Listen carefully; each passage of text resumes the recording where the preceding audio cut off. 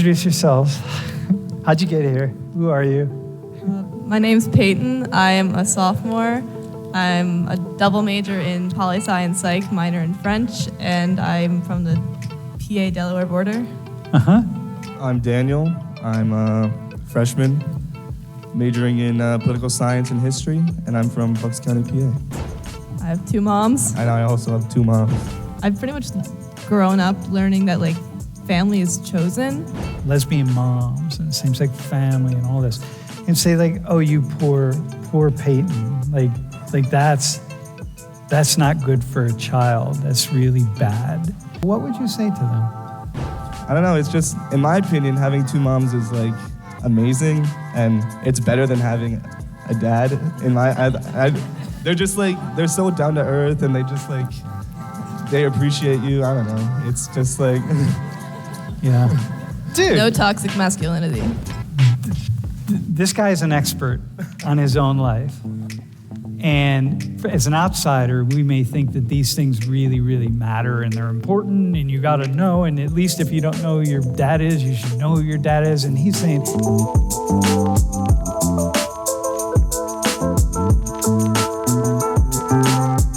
look, same-sex households in the U.S., 1.2 million same-sex households, okay?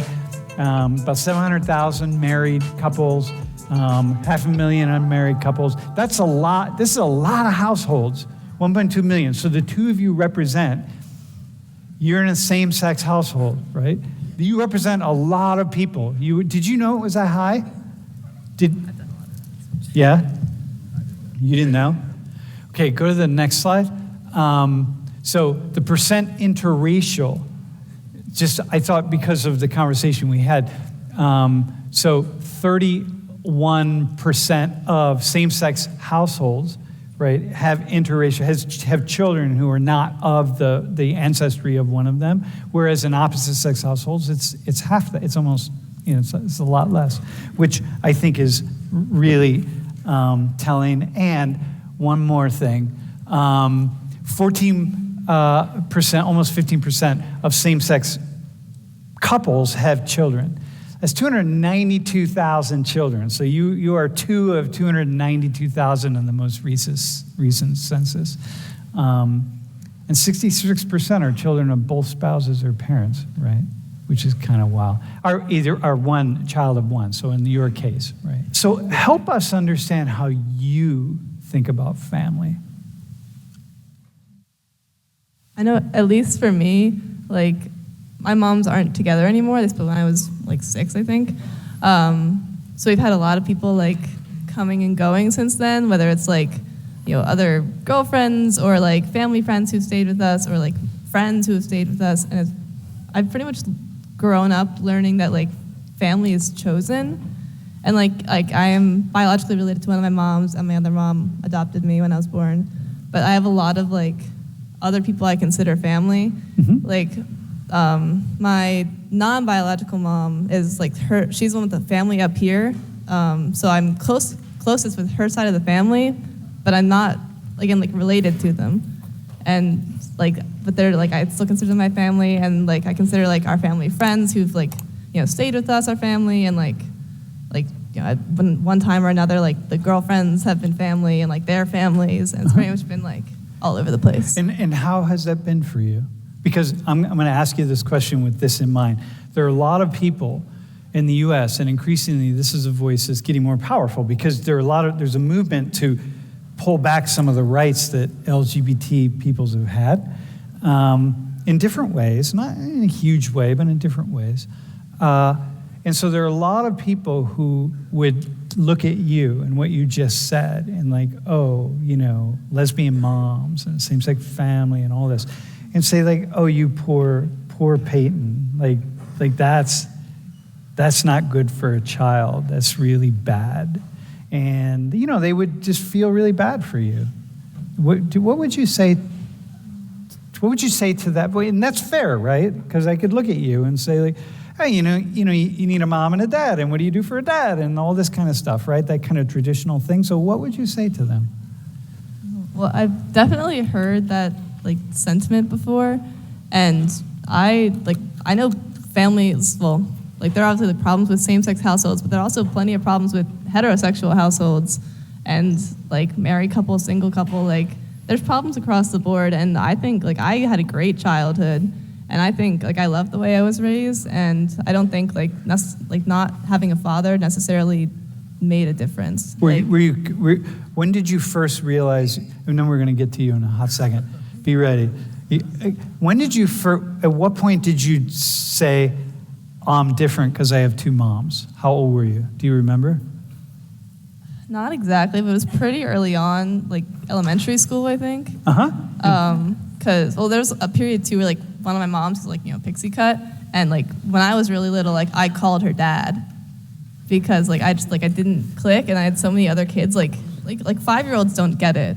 Like I would say like, oh, like I have two moms, or like I don't have a dad, and like they'd be like, what?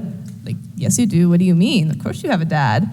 And like that just like didn't like match up in my brain for a while. But yeah, I knew pretty early on. And okay, Dan, how about you? Like, when did you first say to yourself, like, whoa, I'm different? Like, I would say the same, maybe like elementary school, because all my friends would have like a dad and a mom, and I would go over their houses and I'd just be like, all right, whatever, I'm different. But I was just like, I didn't really think anything of it. I was just like, yeah, whatever, it's pretty cool. I have two moms, and I'm just like unique, so I was like, whatever. Dude, so let me ask you the same question that I asked Peyton. So there are people who would look at you and say, oh God, this guy who, it's wrong, it's just that you must have suffered. Yeah, no, not at all. How did you not suffer? Like, what do you mean? I don't, it's just like, I don't know, it's just, in my opinion, having two moms is like amazing, and it's better than having a dad. They're just like, they're so down to earth, and they just like, they appreciate you. I don't know, it's just like, yeah. Dude. No toxic masculinity. Yeah, dude, there you go. Dude, yeah, and you didn't get it either. You didn't get the toxic masculinity. No. Dude, awesome, man. Yeah, I mean, that's a thing, right? We don't get a chance to talk to kids oftentimes who grew up in a gay family or queer family, right? Because you kind of take that queer term. Because for you, it's like, are your moms still together? Yeah, they're still together. Your parents, dude. Did you see what I just did right there? Like I said, are your parents? And then I said, Mom, are your moms still together? Like they're not your parents. Like you, it's one of the. That's one of those. What do they call them? Like subtle racism, or what do you call it? Microaggression. That's like a microaggression. By the way, do you catch that, right? The microaggression, that would be the thing that like Dan right here, he just feels just a little ping, right, in his gut, that I switched from saying your parent, calling your moms your parents, to I reverted and said your mom. So anyway, listen, your moms, they're still together. Yeah. And how, do you have other siblings, did you say? Yeah, I have a brother. Who's also from No, he's from the other mom. So I was born from one, and he was born from the other. Okay, that's what I was going to ask, yeah. So same, it was, and Well, did they know the sperm donor? Them? In either of them? I don't know. I don't think so. Wait, you don't think so? You don't know? I don't know. Whoa, really? Yeah. You never asked? No. You've never asked, like, hey, by the way, who's the sperm donor? Like, I'm curious about that. Nah, it's never like been brought up or anything. So I was like, nah. Dude. Yo, man, human beings never cease to amaze me. That it just doesn't matter. Yeah. Hang on, can I just say something to anyone who might be watching? This guy's an expert on his own life. And as an outsider, we may think that these things really, really matter and they're important and you got to know. And at least if you don't know who your dad is, you should know who your dad is. And he's saying, it's so unimportant to me that I never even asked. Always in the world of people who are of minoritized status in some way. Doesn't matter what it is, something about us. Could be disability, it could be whatever it is. There's this part of us that wants people to know our status and who we are. You know, I'm unique, I'm special, I have this disability. You know, or they look at me, you know, as being adopted, right? It's like, no, I want you to know that. And then the other part of us as human beings want to be invisible. So how do the two of you balance that? Like that you kind of sometimes want to say, hey, I have two moms, man. I'm awesome. My moms are awesome. And how much do you sometimes not want to talk about it? I feel like I'm kind of a balance between like wearing it on my sleeve, but then also like not I don't like open a conversation with someone new about like, oh, like, hey, by the way, like, I have two moms. Like, you can't like see that I'm like a minority from like the like I guess physical sense, but like, you know, most people don't assume like you're gonna be a minority from like your family status. But I know like for sometimes we like, you know, like icebreakers in class, or like two truths and a lie. And like, I'd be like, oh, like, my name's Peyton, I have two moms, like, yay. No, you could do two truths and a lie. You could be like, I'm the progeny of a sperm donor. I have two moms, and like, I don't know, I'm from Texas or something. Okay, how about you, bro? I think, like, just talking to like friends and stuff, like people I just meet, it's just like, I don't really bring it up, just like you said. But like, even if like you know me for a while, you might not even know that I have two moms. Mm-hmm. Like if it's brought into conversation, then I mean, I guess I'll say something, but like it never just like, I never just go out and I'm like, oh, I have two moms. Like, whoa. Even though it's pretty cool. Yeah. Hey, so I want to ask you two the same question as I asked Izzy and Karina. If you could say anything to the people in the LGBT community who are going to adopt, because many will. There are a lot of people in this room who are in the LGBT community. And many will adopt. What should they know that would make their children's lives smoother? Probably like the, you know, the two girls that were up here talking with like interracial adoptions, like just awareness. And like, I know like my moms are very like obviously open about it because they had to be with me. And like I have like some basic information about my sperm donor, but like again, like I didn't get that information until like I was 18, I think. And it was just like spur of the moment. My mom, like we were in a conversation, she was like, oh, like I think I have like that packet upstairs.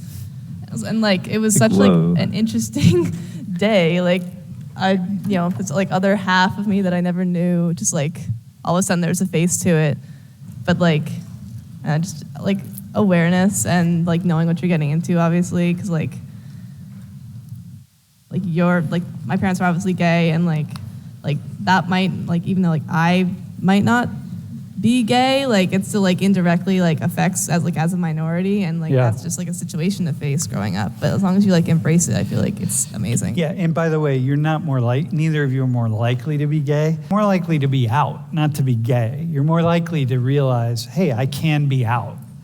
So I can express my gayness if I feel my gayness, right? But you're not more likely to be gay. Yeah. No, I mean, you're not saying that. I'm just saying that. That's like a PSA to the world. Yeah. Hey, so here's a question from the stream. Heteronormativity, has that impacted your life, or how is it? Heteronormativity, meaning like everything around us is just, it's normative to be hetero, right? Like, I don't personally, I don't think it's impacted my life at all. Like, it doesn't sound like it, bro. No. No, it hasn't. What things have been problematic about being you? Nothing. Nothing. I've had kind of like you were saying with like the like microaggressions, and I think what you were saying about like little things. Like there are very few like forms I fill out that say like parent 1 or parent 2. Like every form I fill out almost is like, who's your mom, who's your dad? And like even I remember taking like the Pennsylvania Youth Survey in like English class, and it was still like, okay, like, what's your father's origins? What's your mother's origins? Like, what's their background? And it's like, how are we still like that far behind in the times? Like, I don't know how to answer this. I can't fill out half of it. Yeah. Well, all that stuff is changing slowly, you know. But yeah, that's an example of heteronormativity. Yeah. Hey, does anybody have a question, by the way, that they want to ask? All right, this might be like a stupid question. But Dude, no question is stupid. Do you both call your mom's mom? And I have a follow-up question after that, depending on. Dude, this is a very cool question, man. Yeah, what do you call him? I actually get that a lot of like, after I initially tell people, they're like, oh, how do you address them? And I know at least like when I was little, one was mama and one was mommy. But now they're in like separate households. I can just yell mom and they'll answer. But sometimes like they're together in like a room and I say mom, not thinking, and both of them look at me. They're like, wait, huh? For me, there's still mama and mommy. Mama and mommy? Yeah. See, you're the best.